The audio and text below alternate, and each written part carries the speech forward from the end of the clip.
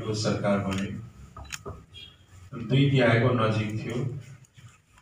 संविधान संशोधन गरेर संविधानमा रहेका त्रुटि कमी कमजोरीलाई सच्याउँछौं र मुलुकलाई लोकतान्त्रिक तर्फ अगाडि बढाउँछौं भन्ने लिखित शर्तमा सम्झौताका आधारमा हामी पनि समावेश हुँदा तत्कालीन संघीय समाजवादी फोरम नेपाल सहभागी हुँदा 2 तिहाई क्रस गरिसकेको 2 तिहाईभन्दा बढी संख्यामा सरकार थियो।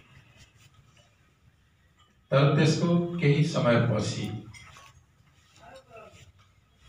प्रधानमन्त्री केपी शर्मा ओलीले संविधान विरोध या संविधानको प्रतिकूल हुने लोकतन्त्रलाई कमजोर पार्ने खालका विधेयकहरू ल्याउनु, जस्तो यहाँलाई सबैलाई थाहा छ बहुचर्चित विधेयक, प्रेस विधेयक, सैनिक विधेयक, सुरक्षा सम्बन्धी विधेयक लगायतकाहरू उहाँले ल्याउनु, जसको हामीले विरोध गर्यौं र त्यो अगाडि बढ्न सक्यो। त्यसैगरी पछि उहाँले आफूले गरेको सहमति कार्यान्वयन नगर्दा जो सम्झौता उल्लङ्घन गर्दा हामी सरकारबाट बाहिर र जनता सार्वभौम सत्ता सम्पन्न जनताद्वारा निर्वाचित सर्वोच्च संस्था प्रतिनिधि सभा हुँदाहुँदै प्रतिनिधि सभामा प्रशस्त बिजनेसहरू रहेको बेलामा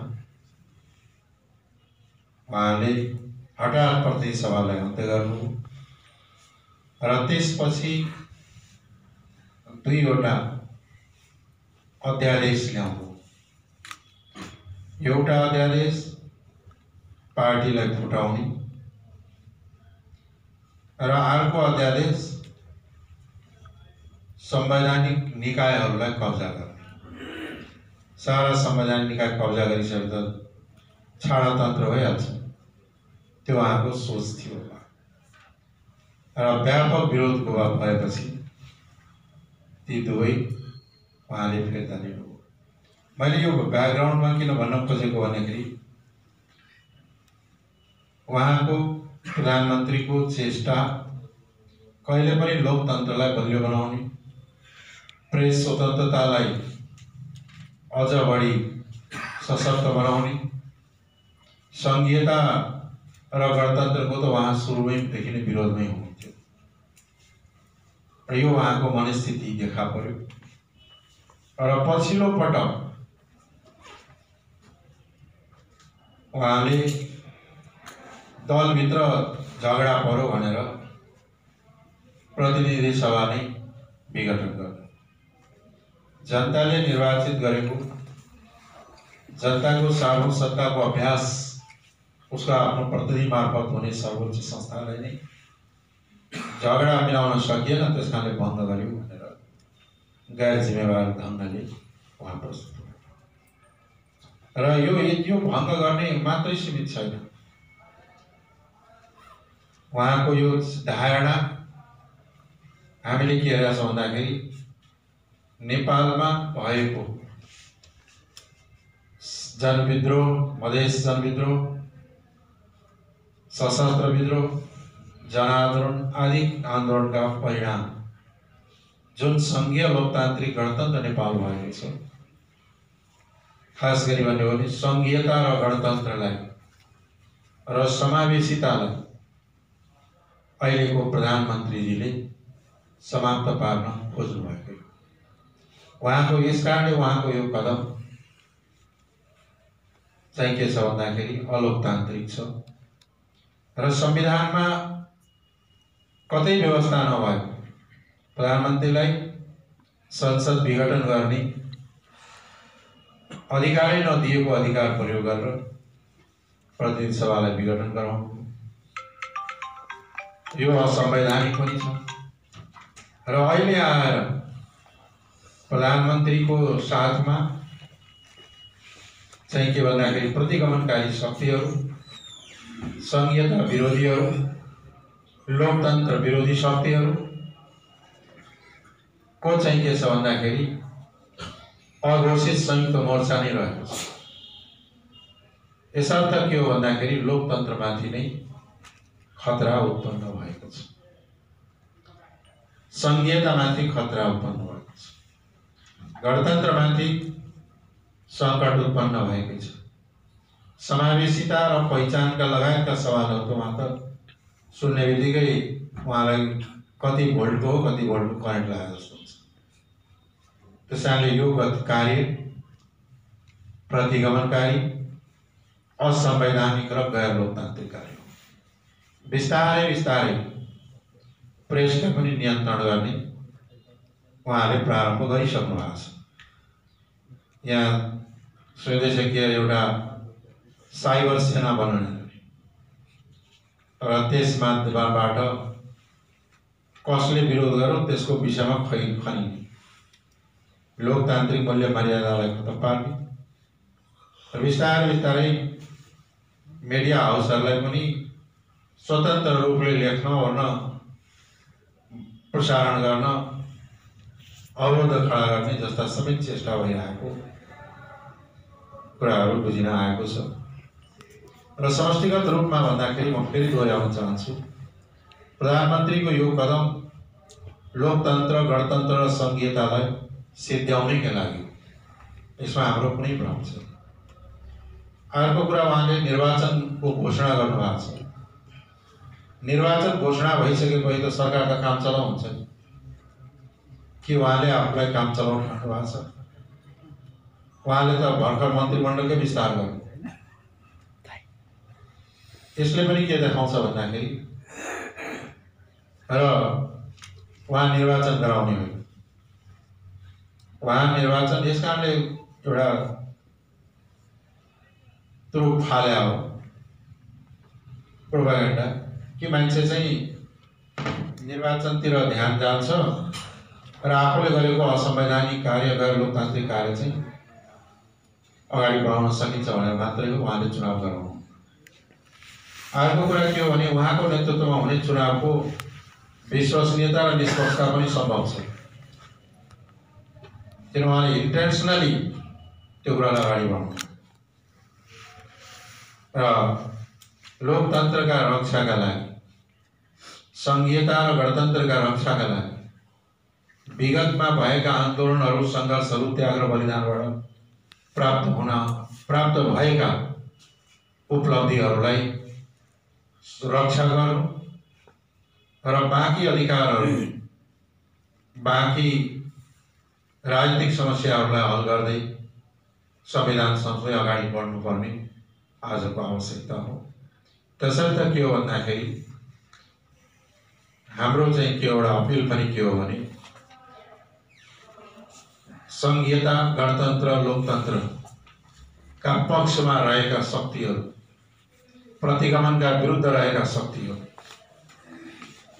अब फेरि चाहिँ के भन्दाखेरि एकताबद्ध भएर प्रतिगमनकारी कदमलाई खारेज गराउने तर्फ लाग्नु नै आजको मुख्य समस्याको समाधान म देख्दछु।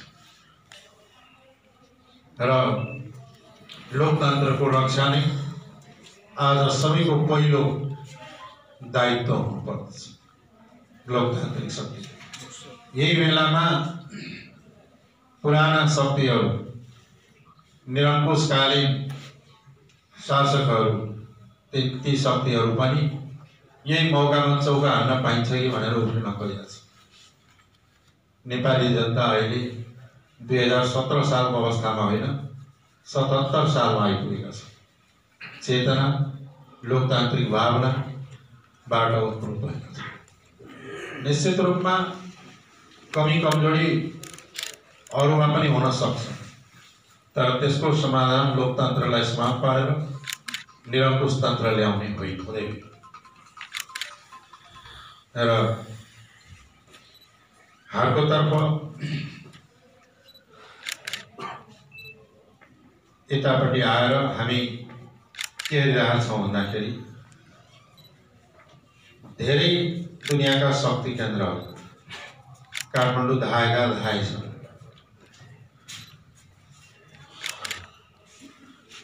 तिनको विषयमा पनि अखबारहरूमा धेरै थोक पढ्न पाइएकै छ। म सबैप्रति सम्मान गर्छु, तर म यति मात्रै भन्छु कि नेपालको राजनीति नेपालीकै निर्णायक भूमिकामा रहोस्। नेपाललाई केपी शर्मा ओलीले सुरुदेखि नै एउटा चाहिँ के भन्दाखेरि बाहिरी शक्तिहरूको खेलको मैदान बनाउने, खेलको मैदान बन्न दिने वातावरण उहाँले बनाउनु भएको छ। यो नेपालको पनि हितमा छैन।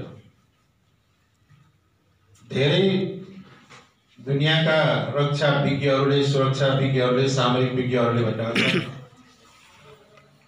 पहिलो विश्वयुद्ध र दोस्रो विश्वयुद्धका बेला कन्फ्लिक्ट जोनको रूपमा युरोप रहेको थियो। पछि केही बेला टेम्पररी मिडल इस्टतिर पनि आयो, तर अब आउने युगमा, आउने भविष्यमा कन्फ्लिक्ट जोनको रूपमा एसिया पैसिफिक रिजन नै हुन गइरहेछ। र एसिया पैसिफिक रिजन कन्फ्लिक्ट जोनको रूपमा विकास हुने लक्षणहरू देखा परेका छन्। त्यस्तो अवस्थामा नेपाल के छ भन्दाखेरि प्लेग्राउन्ड बन्यो भने या बन्न गयो भने निकै कठिन अवस्था हुन्छ। त्यसैले हाम्रो पार्टी के चाहन्छ भने हामीले हाम्रा छिमेकी मुलुकहरूसँग अत्यन्त राम्रो असल सम्बन्ध राख्नुपर्छ। एकका विरुद्ध अर्कालाई उपयोग गर्ने नीति जुन राजा महेन्द्रको थियो त्यो गलत साबित भएको छ। त्यसमा कहिल्यै लागु हुँदैन। र सबै मित्र राष्ट्रहरू प्रति सम्मान, राम्रो सम्बन्ध र छिमेकीहरूप्रति असल सम्बन्धका साथ हाम्रा सबै मित्र हुन्। सबै मित्रलाई चाहिँ के छ भन्दाखेरि हामीले मित्रवत व्यवहार गर्दै अगाडि बढ्नुपर्छ र नेपालले आफ्नो सन्तुलन कायम राख्दै जानु नै यो नेपालको मात्रै होइन, यो क्षेत्रको पनि हितमा छ। तर ओलीले यहाँले हेर्नु अनेक खण्ड असन्तुलित कार्यहरू गर्नुभएको छ। सेन्टिमेन्टमा आएर हो कि योजनाबद्ध हो त्यो थाहा भएन। त्यो चाहिँ बुझ्न हेरिरहेका छौँ हामी पनि। त्यस कारणले चाहिँ हामी मित्र राष्ट्रप्रति सम्मानका साथ र नेपाललाई प्लेग्राउन्ड नबन्ने गरी अगाडि बढ्नु आजको आवश्यकता पनि हो। त्यसैले ओली सरकार एउटा चाहिँ के हो भन्दाखेरि सरकार सञ्चालन गर्ने असफल भयो। ओली सरकारले राष्ट्र निर्माणका लागि आर्थिक सुधार, आर्थिक क्षेत्रमा कृषि, उद्योग लगायतका क्षेत्रलाई सुधार गर्ने, शिक्षा, स्वास्थ्य जस्ता क्षेत्रलाई सुधार गर्ने कार्यमा र यो कोरोनासँग लड्ने, जनतालाई राहत दिने कार्यमा हरेक क्षेत्रमा आन्तरिक सुरक्षामा समेत अनेक आपराधिक घटनाहरू भएकै सुन्न पढ्न पाइराखेको छ। यी हरेक क्षेत्रमा पूर्ण रूपले उहाँ असफल भएर हताश मानसिकताले चाहिँ के भन्दाखेरि संसद विघटन गरेर तानाशाह भन्ने सपना उहाँले देख्नु भएको छ। जब लोकतान्त्रिक विधि प्रक्रियाबाट चल्न असफल भइसकेपछि तानाशाही भन्ने एउटा चाहिँ के छ उत्तेजना उहाँको मनस्थितिमा पैदा भएको र त्यसैले गर्दाखेरि यी कार्यहरू गर्नुभएको उहाँले देखिन्छ। दुईजना मान्छेले झगडा गर्दा झगडा त सधैँ हुन्छ लोकतन्त्र, तर लोकतन्त्र नै सिद्ध्याउन त हुँदैन भने यी अवस्था रहेका छन्। र मैले केही मुदागत रूपमा कुरा राखेँ। अब पत्रकार विद्वान पत्रकार मित्रहरू हुनुहुन्छ, यहाँहरूको कुनै जिज्ञासा अब चाहिँ फ्लोरेसन गर्दैछ र पत्रकार साथीहरूले लागेको थियो जिज्ञासा प्रश्नहरू छन्।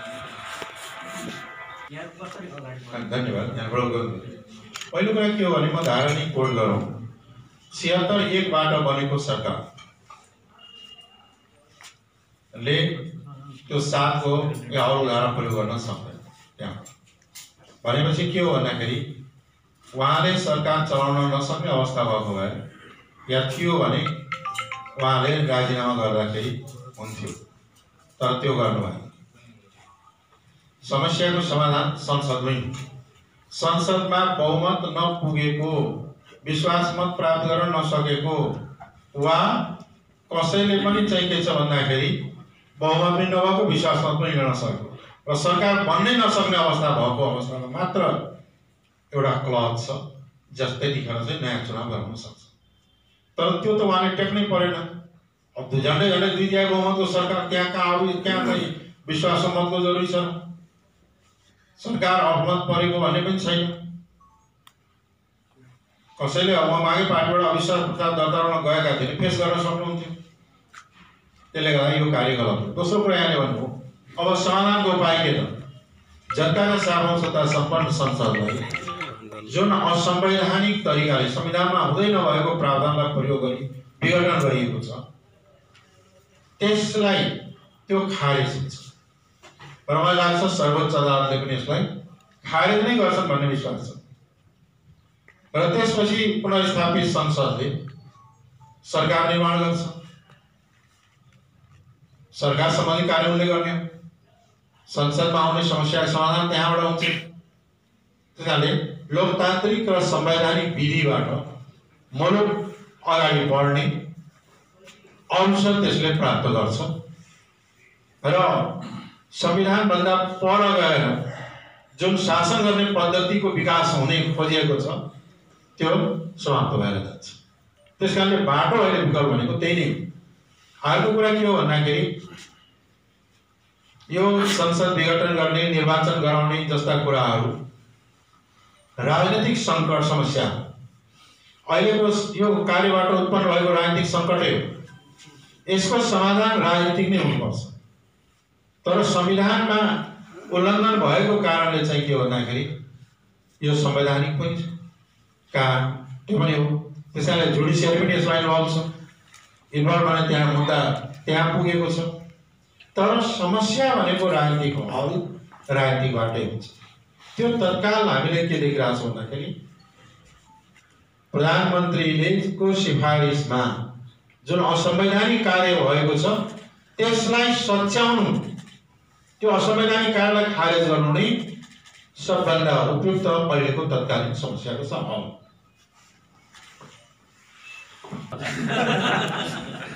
र यस्तोमा अब तपाईहरुको देशव्यापी कार्यक्रम थियो, खास गरी यसलाई चाहिँ शक्ति प्रदर्शन गरेर चुनावी तयारीको रूपमा पनि मान्छे लगाउन थालेका छन्। यहाँको तयारी खास गरी चुनावी हो कि अब संसद पुनर्स्थापित भयो भने सरकारमा जाने, अब कुनै त उसको बहुमत हुँदैन, दुईटा दल हुने भयो, के तयारी? पहिलो कुरा त के हो भन्दाखेरि यो चाहिँ हाम्रो चुनाव हुन्छ भन्ने विश्वास छँदैछ। चुनाव भयो भने पनि राजाकालमा पनि चुनाव आएको थिए, त्यो चुनावले कुनै खास अर्थ राखेन। त्यस्तो नहोस्। नम्बर अहिलेको हाम्रो विरोध प्रदर्शन हो। यो विरोध कार्यक्रम केमा भन्दाखेरि सरकारले स्वयं असंवैधानिक अलोकतान्त्रिक कदम उठाएर मुलुकलाई प्रतिगमनतर्फ, अस्थिरतातर्फ धकेल्न खोज्दैछ। कोरोनाले गर्दाखेरि जनता आक्रान्त छन्, देशको अर्थतन्त्र धराशायी भइसकेको छ। त्यताबाट ध्यान मोडेर अन्यत्र लैजाने र आफ्नो दुनो सोझाउनेतर्फ लागेको विरुद्धमा कार्यक्रम हो। यो चुनावको सँग यसलाई जोड्दै नजोडौँ, चुनाव हुँदैन। अनि यो प्रदेश 2 मा नि सरकारमै भएका दल र त्यहाँका प्रतिनिधिहरूले जुन वक्तव्यहरू दिइरहेछन् त्यसले के अड्कल काटिएको छ भने यहाँ पनि सरकारको हेरफेरको सङ्केतहरू भन्दैछ। के छ त्यो त थाहा भयो। अनि मन्त्रीहरूले बोलेका छन्, अब बोले होला, कसले के बोले होला, तर आफ्नो कामको नोटिस। तर दुईटा दल एक भएपछि त नयाँ बन्छ नि त। के भयो? अब त्यो आवश्यकताले बनायो भने बन्छ। अहिले त्यस विषयमा हामीले छलफल गरेका छैनौँ। अहिले अर्कै यो असंवैधानिक कार्य नै सबै कुराहरूलाई वजनमा पारेको छ। अहिले त्यस विषयमा हामीले कुनै छलफल गरेका छौँ। यो रितेशजीको प्रश्नसँगै जोडेर मैले पुच्छ्रे प्रश्न गर्न खोजेँ। अब यहाँ भर्खर भन्नुभयो चुनाव हुनै सक्दैन, यदि चुनाव भइहाल्यो भने पनि त्यो चुनावको कुनै अर्थ छैन भनेर भर्खरै बोल्नुभयो। अब संविधान सभाको निर्वाचन अगाडि पनि यहाँले दिल्ली आउँदा यस्तै पत्रकार सम्मेलन र चुनावी भाषण के अरे जनप्रदर्शनको भाषणमा पनि भन्नुभएको थियो संविधान संशोधन होइन, संविधान पुनर्लेखन नभएसम्म चुनाव हुनै सक्दैन, हामी चुनाव बहिष्कार गर्छौँ भनेर भन्नुभएको थियो।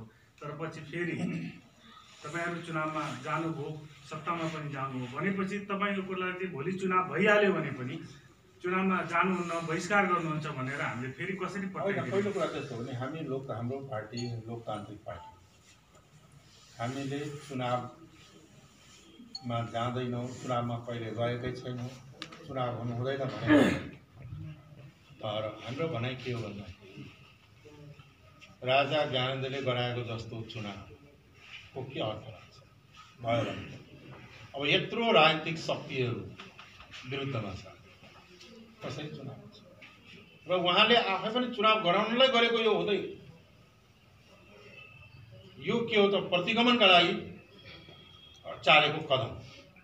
पहिला यो सचिनुपर्छ, हामी चुनावदेखि भाग्या होइन, चुनावै लडेर त आएको, तर प्रतिगमनकारी अवस्थामा प्रतिगमनलाई लाल मोहर लाउने गरी चुनावको के अर्थ हुन्छ? पहिला पनि यहाँलाई पुरानो कुरा कोट्याउनु हो, अलिकति मिलाएर है, अलिकति मिक्सर बनाइदिनु हो, ठिकै छ, त्यो पनि आरामले गर्छ। हामीले संविधान सभा चुनाव पहिला 3 चोटि हामीलाई नै सार्यो नि, हाम्रै आन्दोलनले, मधेस आन्दोलनले नै, विद्रोहले नै चुनाव 3 चोटि सरेर तेस्रो पटकमा सरकार र तत्कालीन मधेसी अधिकार फोरम, सरकार र त्यसबेला संयुक्त मधेसी मोर्चा बीचको समझदारीका आधारमा संविधान सभाको पहिलो चुनाव भयो। फर्स्ट चुनाव भएर हामीले अगाडि बढेका। दोस्रो जहाँसम्म कुरा छ संविधान संशोधन, परिमार्जन र यसको करेक्सन, पुनर्लेखन करेक्सन भनेकै पुनर्लेखन, एउटा काटेर फेरि लेख्नु भने त्यो पुनर्लेखन हो। नयाँ संविधान घोषणा गरौँ भने केही कुराहरू सकारात्मक पनि छ संविधानमा, संघीयता लेखिएको छ, गणतन्त्र लेखिएको छ, समावेशिता लेखिएको छ, सार्वभौम सत्ता जनतामा लेखिएको छ। यी कुराहरू केही सकारात्मक कुराहरू छन्, त्यो आफ्नो ठाउँमा। तर जहाँ जहाँ त्रुटि छ त्यसलाई करेक्सन, त्यो मुद्दा अहिले पनि यथावतै छ र हामीले त्यसलाई छोडेका छैन। तर अहिले तत्कालीन मुद्दा भनेको चाहिँ के हो भने प्रतिगमनलाई खारेज गर्नु। अब यो प्रतिगमन खारेज गर्ने कुरामा अब जस्तो तपाईहरु हुनुहुन्छ, फेरि के अरे नेकपाको एउटा समूह छ, कांग्रेस पनि अलिअलि भनिराखेको छ, त तपाईहरु एकै भएर किन जानुहुन्न? पहिले जसरी एउटा मोर्चा बनाएर जानुभयो भने तपाईँ नै बल पुग्छ, अहिले छुट्टै छुट्टै किन गरेको? यो चुनावको तयारी त देखिन्छ नि। अब यो के हो भन्दाखेरि अब सबैले केही चरण आफ्ना कार्यक्रमहरू घोषणा गरेका छन् र कसैको के धारणा कसैको के धारणा हो, र हामी चाहिँ के छ भने प्रतिगमनलाई खारेज गराउन, कदमलाई खारेज गराउनका लागि एकताबद्ध भएर नै जानुपर्छ भन्ने हाम्रो धारणा छ। हामी त्यसपछि आशा सर्वोच्चले उहाँकै निर्णयलाई चाहिँ फैसला गरिदियो भने चाहिँ के हुन्छ? हेर्नुहोस् के हुन्छ भन्दाखेरि सर्वोच्चको हामी सम्मान गर्छौँ, त्यो आफ्नो ठाउँमा छँदैछ। तर पोलिटिकल सल्युसन आजसम्म दुनियाँमा पोलिटिकल क्राइसिसको सल्युसन जुडिसियरीले दिन सक्छ, पोलिटिक्सले नै दिन्छ। तर पनि पोलिटिकल क्राइसिस अगाडि बढेर जान्छ। त्यो भन्ने चाहिँ के भन्दा के हुन्छ भन्दाखेरि यो सङ्कट कहाँबाट आयो? लोकतन्त्र विरुद्धमा र लोकतन्त्रका पक्ष, संघीयताका विरुद्धमा संघीयताका पक्ष। यो क्राइसिस त त्यहाँ आएको। संघीय गणतन्त्रलाई खारेज गर्ने र मुलुकलाई पछाडि धकेल्ने गरी ल्याइएको त्यो बिचको द्वन्द्व त हल हुँदैन। त्यसले गर्दाखेरि के हो भने पोलिटिकल साइडको सल्युसन पोलिटिकल हो र यसले यो जुन कदम हो, यो कदमले मुलुकलाई अहिले मैले यहाँसँग मरिबाट गाउँछ मैले एउटा वर्ड युज गरेको थिएँ कि राजनीतिक सङ्कटतर्फ मुलुकलाई धकेलेको छ, जसको समाधान राजनीतिक नै हुनुपर्छ। नेताजी अब जस्तै देशको सबैभन्दा ठुलो पार्टी प्रतिपक्षमा रहेको पार्टी पनि अहिले अलमलमा देखिएको छ र उहाँहरूको कार्यक्रम डाइरेक्ट निर्वाचन क्षेत्रमा भइरहेको अवस्था छ। उहाँहरूले आफ्नो अधिवेशन नसकेदेखि नाउँमा गएर प्रधानमन्त्री बन्ने हतारो पनि शेरबहादुरको गतिले जस्तो छ मतलब मिडियाहरूमा आएको छ। यहाँ के भन्दाखेरि नेपाली काङ्ग्रेस पनि अहिलेको कदमलाई यो चाहिँ पार्टीको धारणा हो, असंवैधानिक भनिसक्छ र त्यसका विरोधमा कार्यक्रम आइरहेको छ। नेपाली काङ्ग्रेसको एउटा पक्ष यसलाई प्रतिगमनलाई नसच्याइकन चुनाव हुँदैन भन्ने कुरामा गइसकेको छ। अर्को पक्ष अलिकति पर्ख र हेरौँमा छ, त्यही न अवस्था, पर्ख र हेरौँमा छ। र मलाई लाग्छ नेपाली काङ्ग्रेस अन्तत्वगत्वा लोकतन्त्रका पक्षमा उभिनेछन् र त्यहाँ हाम्रो चाहिँ के छ भन्दाखेरि त्यस बेला हामी उहाँहरू चाहिँ के छ भने नजिकमा हुनेछौँ। त्यस कारणले चाहिँ के हो भने अहिले नै यो हो भन्ने ठाउँमा अहिले नेपाली काङ्ग्रेसको जहाँसम्म हामीले कुरा गर्दाखेरि यो प्रतिगमनकारी कार्य हो, असंवैधानिक कार्य भयो भन्ने उहाँका नेताहरू, नेपाली काङ्ग्रेसकै वरिष्ठ नेताहरू, शीर्षक नेताहरूले ठाउँ ठाउँमा सभा गर्दै विरोधमा हिँडिराख्नु पनि भएको छ। अवस्था यो हो। माताजी मेरो दुईवटा प्रश्न छ। तपाईँ वीरगञ्ज मेन मधेसको र तपाईँको पार्टीको आन्दोलनको मरुभूमि त्यो बेलामा थियो, पुरै त्यहाँ ज्वाला पड्किरहेको थियो र तपाईँ अलिकति म विगतका दिनमा जान्छु यही वीरगञ्जमा पत्रकार सम्मेलन र इन्टरभ्यू भयो। वीरगञ्जले तपाईँको पार्टीलाई धेरै चिज दियो, राष्ट्रिय स्तरमा खास गरेर वीरगञ्जले चिनायो र तपाईँहरू वीरगञ्जलाई के दिनु, एक। दोस्रो, हिजो तपाईँ आफ्नो भाषणमा भन्नुभएको थियो गण्डकी प्रदेश, बागमती प्रदेश नामाङ्कन भयो र हामी यो प्रदेश नम्बर 2 का वासीहरूले तपाईहरूलाई सत्ता पनि दियो, सबै थोक नेताहरू यहाँ सरकार पनि बन्यो। हामी कति दिनसम्म 2 नम्बरिया प्रदेश भनेर चिन्यौँ? एउटा त्यो पनि कहिले यहाँ नामाङ्कन हुन्छ? तपाईँ त भन्नुभयो गण्डकी रख्यो, यो रख्यो, त्यो रख्यो, तर 2 नम्बरिया प्रदेशलाई हामी कहिले हटाउने र आफ्नो नामाङ्कन गर्ने? तेस्रो, सङ्घीयता खारिज गर्ने षड्यन्त्र त हुँदैछ क्या? त्यो पनि 3टा मेरो प्रश्न छ। वीरगञ्जको ठुलो योगदान छ, यसमा कुनै विवाद छैन। र वीरगञ्ज यो 2 नम्बर प्रदेशको मात्रै होइन, नेपालको औद्योगिक नगरीमा, व्यावसायिक नगरीको रूपमा वीरगञ्ज एउटा के भन्नेलाई अर्को भाषामा भन्यो भने के अरे इन्डस्ट्रियल क्यापिटल, फिनान्सियल क्यापिटलको रूपमा यसलाई अगाडि बढाउने हाम्रो ध्येय अझै पनि छ। दोस्रो, नामाकरणको विषयमा वास्तवमा यहाँ जति चिन्तित हुनुहुन्छ म पनि चिन्तित छु। अब त्यहाँ गएर के लेखिदिएको छ भन्दाखेरि 2/3 बहुमतले निर्णय गर्ने छ प्रदेश सभाको। प्रदेश सभामा 2/3 हाम्रो सामान्य बहुमत मात्रै र प्रदेश सभामा यहाँलाई म रिमाइन्ड गर्न चाहन्छु कि प्रदेशको नामाकरणको प्रस्ताव प्रस्तुत भयो। प्रस्ताव प्रस्तुत हुँदाखेरि भोटिङ नै भयो। भोटिङमा हाम्रो भोट नपुगेका कारणले 2/3 नपुर्याउन सकेका, यो त अरू पार्टीको त खोसेर ल्याउने कुरा भएन र त्यति नभएका कारणले त्यो हुन सक्यो। हाम्रो तर्फबाट प्रस्तुत गरेका या सरकारले प्रस्तुत गरेको प्रस्ताव मधेस प्रदेश नै थियो र हाम्रो पनि चाहिँ के हो भने जनताले मधेस प्रदेशलाई लडेको हो र मधेस शब्दले यहाँको पहिचान झल्किने भएको हुनाले मधेस प्रदेशै हुनुपर्दछ र त्यो प्रस्ताव प्रदेश सभामा गयो। 2 बहुमत पुग्यो, तर 2/3 बहुमत नपुगेका कारणले त्यो अड्काइएको छ। अझ पनि हाम्रो अरू पार्टीहरूसँग त्यति बेला पनि कुराकानी भयो, त अझै पनि हामी आग्रह गर्छौँ कि मधेसको जनताको भावना मधेस प्रदेश नै यो के भन्छ यहाँ मधेसमा पाउने खोलाहरू, यहाँबाट 2 नम्बरमा लाल बकैया प्रदेश, त बागमती प्रदेश, अर्को के छन् सिटिसिया प्रदेश, यस्ता नहोस्। भावना जनताको लाई अभिव्यक्त गर्ने गरी नामाकरण होस् भन्ने पक्षमा हामी त सङ्घर्ष गरिराखेकै छौँ। अहिले पनि अब जहाँ सङ्घीय जहाँ मैले यहाँ सुरुमै निवेदन गरेँ कि यो सबै साजिस सङ्घीय गणतन्त्र खारेज गराउनैकै लागि जुन केपी ओलीले जुन कम्युनिस्ट पार्टीका नेताले जुन गरे साजिस यो सङ्घीय गणतन्त्रलाई खारेज गर्नका लागि र आफ्नो निरङ्कुशतातर्फ लैजानका लागि नै गरे हो। यसमा कसैको दुविधा छैन, जसको विरुद्धमा हामी सडकमा आएका पनि कुरा आइसक्यो। राजधानीको कुरामा वीरगञ्ज कहाँनिर जनकपुर कि मैले जाने वीरगञ्जलाई हाम्रो चाह यो मुलुकको चाहिँ के भन्दाखेरि फाइनेन्सियल क्यापिटलको रूपमा डेभलप गर्ने। त्यो भने के हो? त्यो भने के हो? आर्थिक प्रदेश सभाले वीरगञ्जलाई के वीरगञ्ज चाहिँ के छ भने आर्थिक राजधानी। त्यो भने के हो? त्यो त छँदैछ नि। देशको राजधानी त देशकै छ, देशको आर्थिक राजधानीको रूपमा छैन। अहिले त्यो बढी छ, त्यसलाई बनाउने सेन्टरको रूपमा चाहिँ अध्यक्ष विजयजी म एउटा सोधिहालौँ। तपाईँ त रिसाउनुहुन्न, प्रश्न सोद्धाखेरि थाहा छ मलाई, कहिलेकाहीँ फेरि रिसाइ पनि हाल्नु।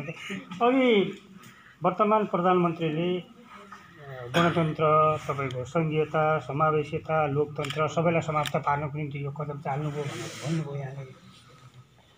तर वर्तमान प्रधानमन्त्रीसँग नेकपासँग यहाँको पुरानै सम्बन्ध होला, सायद सबैलाई चिन्नुहुन्छ राम्रैसँग, उहाँहरूको विगत वर्तमान भोट सबै यहाँले चिन्नुहुन्छ।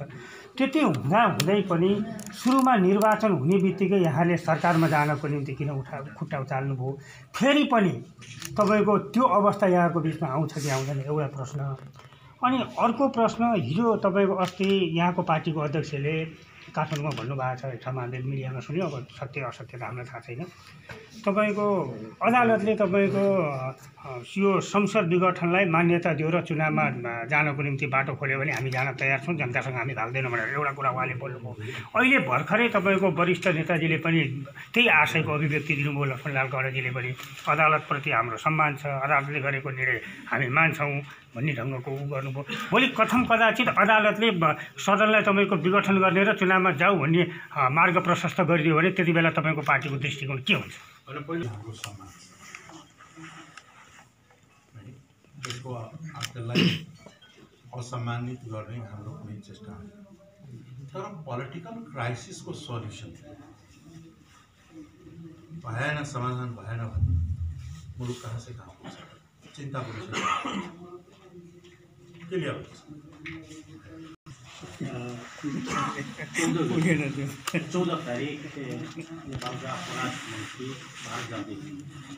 फिलिपिनले फिलिपिया धुरालाई समेटिएर नेपाल सरकारले जारी गरेको नक्साको विषयमा छलफल गर्न कुनै परराष्ट्र मन्त्री भइसक्नुभएको कारणले गर्दा एउटा जिज्ञासा राखिएको यो जुन बैठक भइरहेको छ, यो विवाद आइसकेपछिको पहिलो बैठक हो कि यसबाट निकास पाउने सम्भावना छ? हेर्नुहोस् के हो भन्दाखेरि आपसी समझदारी र छलफलबाट